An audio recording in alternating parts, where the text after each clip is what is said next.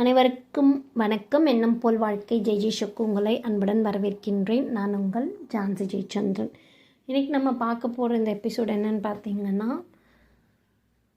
திருமணமான பெண்கள் அவங்க வாழ்க்கையில் சந்திக்கிற பிரச்சனைகள், இனிஷியலி கல்யாணமாய் வரும்போது இருக்கிறதுக்கும் கொஞ்ச காலம் கழித்து இந்த வாழ்க்கை சரியில்லை, அந்த வீட்டில் இருக்கவங்க மேலே இல்லை தன்னோட கணவர் மேலேயோ எதனால் ஒரு மாதிரியான விஷயங்களில் மனசில் வச்சுருக்காங்க, ஆனால் அதை வெளியில் காட்ட முடியல, என்ன மாதிரியான விஷயங்களை சந்திக்கிறாங்க, அது ஏன் சந்திக்கிறாங்க அப்படின்றத பற்றி இன்றைக்கி நம்ம கொஞ்சம் தெளிவாக பேசலாம் அப்படின்றதுக்காக தான் இந்த எபிசோடு. சாரி, நான் ஒரு 2 எபிசோடு அப்லோட் பண்ண முடியல, சம் பர்சனல் ரீசனுக்காக. இனி வரப்போகிற எல்லா எபிசோடும் எப்படி இருக்கும் அப்படின்னு பார்த்திங்கன்னா, எவ்ரி மண்டே ஷோராக இது வந்துடும். மேரிட் விமென் போத் அவங்களோட ஸ்ட்ரகிள்ஸ் பற்றி பேசுறதுக்கு, அவங்க குழந்தைங்க கூட ஏற்படுற விஷயங்கள், ஆஃபீஸ் போய் அவங்க பேலன்ஸ் பண்ணுறதுக்காக இந்த மாதிரியான நிறைய விஷயங்களை நம்ம பேச போகிறோம். Especially for women. இனி வர எல்லா எபிசோடும் அதுக்காக தான் இருக்க போகுது. ஓகே, இப்போ இன்றைக்கி நான் எடுத்திருக்க இந்த டாபிக் என்னென்னு பார்த்தீங்கன்னா, நம்ம மேரேஜ் ஆகுது, இப்போ ஒருத்தவங்க புதுசாக கல்யாணம் ஆகுறாங்க அப்படின்னா அவங்களுக்கு ஒரு எதிர்பார்ப்பு இருக்கும். அவங்க ஒரு ஃபேமிலியிலேருந்து வராங்க, இன்னொரு ஃபேமிலியிலேருந்து ஒரு பையன் வராங்க, ஒரு பொண்ணு போகிறாங்க. இப்போ அந்த பொண்ணு எப்படி வேணால் வளர்க்கப்பட்டிருக்கலாம், ஓகேங்களா? அந்த பையனும் எப்படி வேணால் வளர்க்கப்பட்டிருக்கலாம். இருவேறு சூழ்நிலைகளில் வளர்க்கப்படுற 2 பேர் சேர போகிறாங்க. இனிஷியலி நம்ம கல்யாணம் பண்ணிக்க போகிறோம் அப்படின்னும் போது நமக்கு ஒரு என்கேஜ்மெண்ட் நடக்கும். அதுக்கப்புறம் அதுலேருந்து ஒரு ஜேர்னி இருக்கும். அந்த பையனை ஓரளவுக்கு நம்ம புரிஞ்சிக்க ட்ரை பண்ணுவோம், இந்த பொண்ணை அவங்களும் புரிஞ்சிக்க ட்ரை பண்ணுவாங்க. இந்த மாதிரி விஷயங்கள் போயிட்டுருக்கும். அந்த ஃபேஸில் நமக்கு சில விஷயங்கள் பிடிக்காமையே போனாலும் நம்ம அதை அக்செப்ட் பண்ண ஸ்டார்ட் பண்ணுறோம். ஏன் அப்படின்னு பார்த்தீங்கன்னா, அந்த ரிலேஷன்ஷிப்பில் இருக்க மற்ற விஷயங்கள்லாம் நமக்கு அப்போ பெருசாக தெரியுது, அந்த சின்ன பிரச்சனை நமக்கு பெருசாக தெரியறது இல்லை. ஸோ நம்ம கவனம் அதன் மேலே போகிறதில்ல, பரவாயில்ல அப்படின்னு நம்ம அதை விட்டுடுறோம். ஆனால் காலப்போக்கில் என்ன நடக்குது அப்படின்னு பார்த்தீங்கன்னா, கொஞ்சம் காலம் ஆயிடுச்சுன்னு வச்சுக்கோங்களேன், சுற்றி இருக்கிற எல்லா விஷயமுமே நமக்கு தப்பாக தெரியுது. ஏதோ எண்ணி பார்க்குற அளவுக்கு ஏதோ ஒரு சின்ன விஷயம் மட்டும்தான் அங்கே நல்லதாக தெரியுது. இந்த விஷயம் ஏன் நடக்குது, இந்த ஜேர்னியில் என்ன மாதிரியான விஷயங்களில் நம்ம பண்ணுறோம், அதை பண்ணாமல் இருந்தால் இன்னும் லைஃப் எப்படி நல்லாயிருக்கும் அப்படின்றதுக்கான எபிசோட் தான் இது. உங்களோட ஃப்ரெண்ட்ஸ் யாராவது உண்மையாகவே ரிலேஷன்ஷிப்பில் இஷ்யூஸ் ஃபேஸ் பண்ணிகிட்ருக்காங்கன்னு நீங்கள் நினச்சிங்கன்னா அவங்க கூட இதை ஷேர் பண்ணுங்கள், அவங்களுக்கு அது யூஸ்ஃபுல்லாக இருக்கும்னு நீங்கள் நினச்சா. ஓகே, இதுக்குள்ளே வரலாம். என்ன அப்படின்னு பார்த்தீங்கன்னா, நம்ம இனிஷியலி மேரேஜ் ஆகும் முன்னாடி ஒரு ஜோன் இருக்குது. அந்த ஜோனில் நமக்கு எல்லாருக்குமே பட்டர்ஃப்ளைஸ் நிறைய வரும். என்னை சுற்றி இருக்க எல்லாமே சூப்பராக இருக்க மாதிரி இருக்கும். கூட இருக்க யாருமே நமக்கு பெருசாக இம்பார்ட்டண்ட்டாக தெரிய மாட்டாங்க. அந்த ஒரு பர்சன் தான் நமக்கு ரொம்ப ஸ்பெஷலாக இருப்பாங்க. இது எல்லார் வாழ்க்கையிலும் நடக்கிற ஒரு சாதாரண நிகழ்வு தான் வச்சுக்கோங்களேன். ஆனால் இந்த விஷயங்கள்லாம் போகும்போது நம்ம ஒரு இடத்துக்கு புதுசாக போகிறோம். பொதுவாக இது நான் பெண்களுக்கு பேசுகிறேன்றதுனால ஸ்பெசிஃபிக்காகவே சொல்கிறேன்.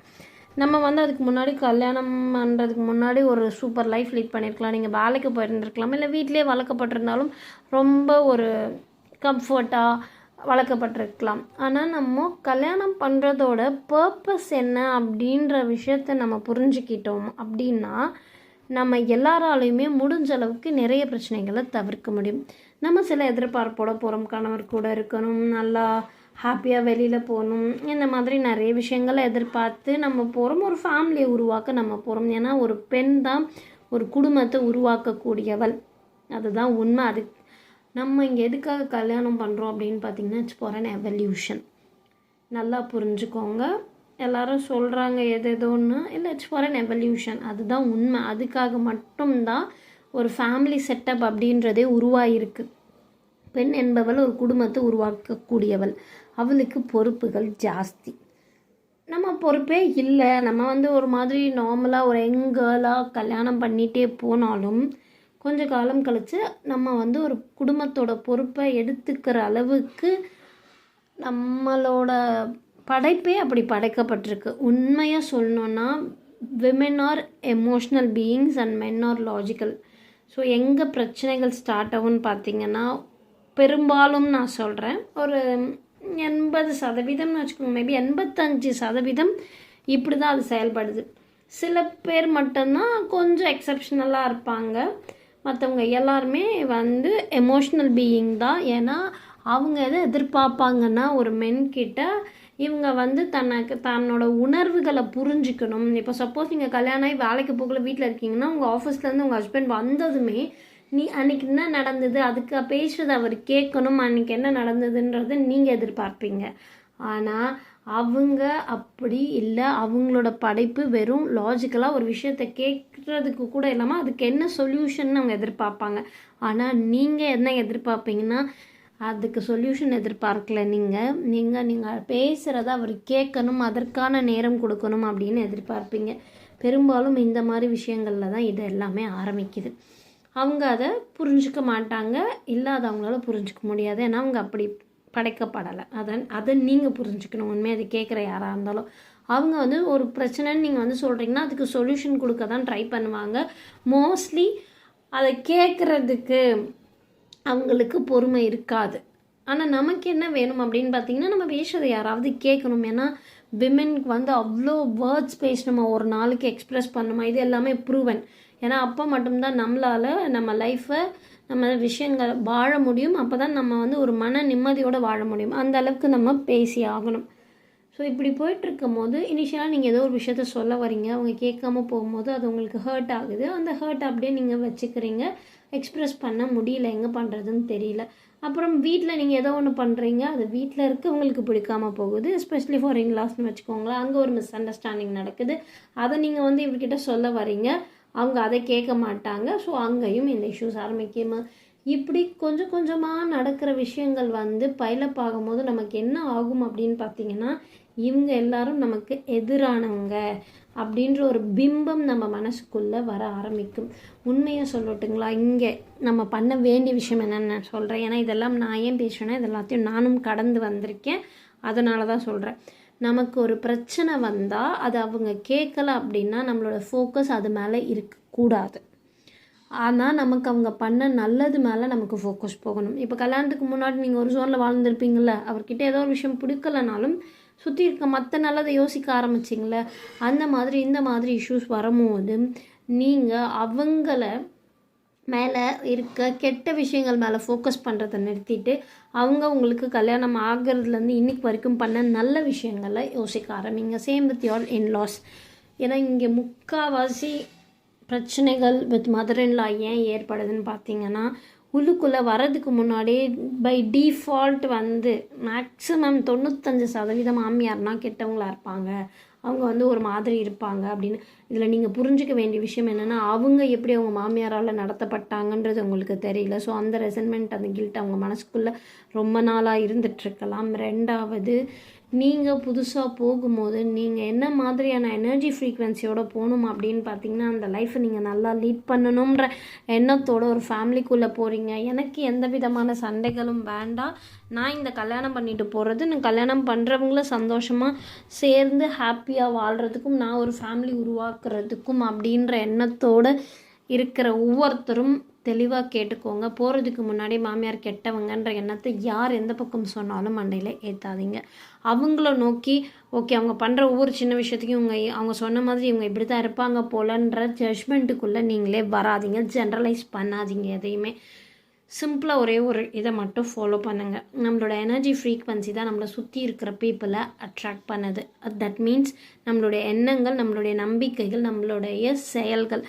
ஸோ முதல்ல நீங்கள் உங்களுடைய எண்ணத்தையும் நம்பிக்கையும் சரியாக வச்சிங்கன்னா அந்த மாதிரி இருக்க மக்களை மட்டுமே நீங்கள் கவர்ந்தெழுப்பீங்க.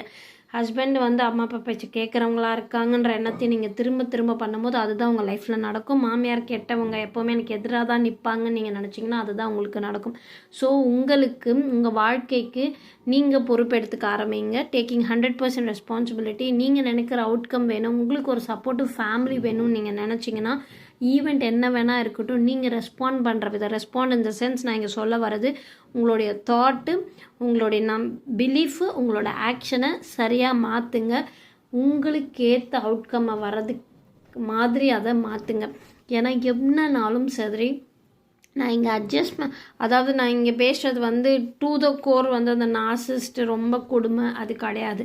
சராசரி தமிழ் பெண்கள் ஃபேஸ் பண்ணிகிட்ருக்கு டே இன் டே அவுட் பிரச்சனை பற்றி நான் பேசிகிட்ருக்கேன். இதுக்கு எல்லாத்துக்கும் பிரச்சனைகள் அவங்க மாறினா தான் கிடைக்கும். நீங்கள் நினச்சிங்கன்னா உங்கள் வாழ்க்கை கடைசி வரைக்கும் அப்படி தான் இருக்கும்.